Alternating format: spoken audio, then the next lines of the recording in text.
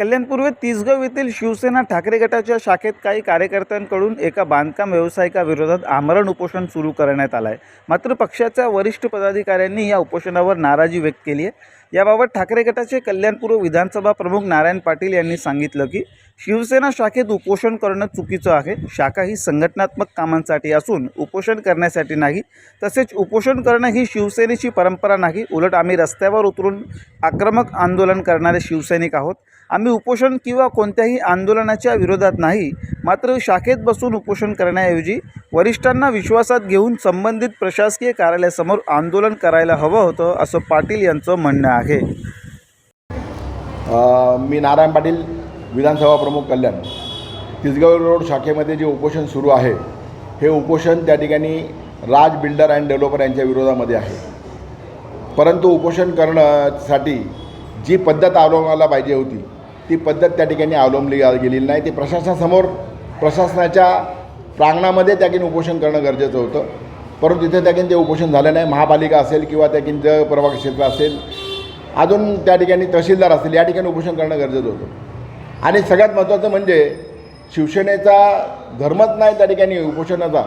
आम्ही आक्रमकता त्या ठिकाणी ही त्या ठिकाणी शिवसेनेचा रस्त्यावरती उतरून आम्ही आंदोलन करणारे शिवसैनिक आणि हा उपोषणाचा मार्ग जो केला आहे त्यामुळे आक्रमकतेला कुठेतरी बोथडता येते।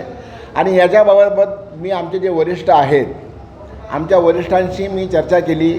आमचे जे संपर्क प्रमुख आहे गुरुनाथ खोत साहेब यांच्याशी मी त्या ठिकाणी बोललो। त्यानंतर आमचे जे जिल्हा प्रमुख आहेत धनंजय बोडारे यांनाही त्या ठिकाणी मी सांगितलं।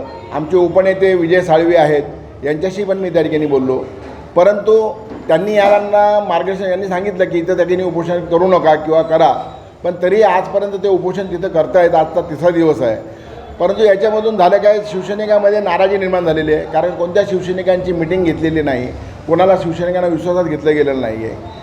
तिथल्या लोकांना देखील, जे स्थानिक लोक आहेत त्यांना देखील माहीत नाही की उपोषण म्हणजे खऱ्या अर्थाने कशासाठी सुरू आहे। ह्या सगळ्या गोष्टीमुळे त्या ठिकाणी जो मॅसेज जातो आहे लोकांमध्ये तो अत्यंत चुकीचा मॅसेज त्या ठिकाणी जातो आहे।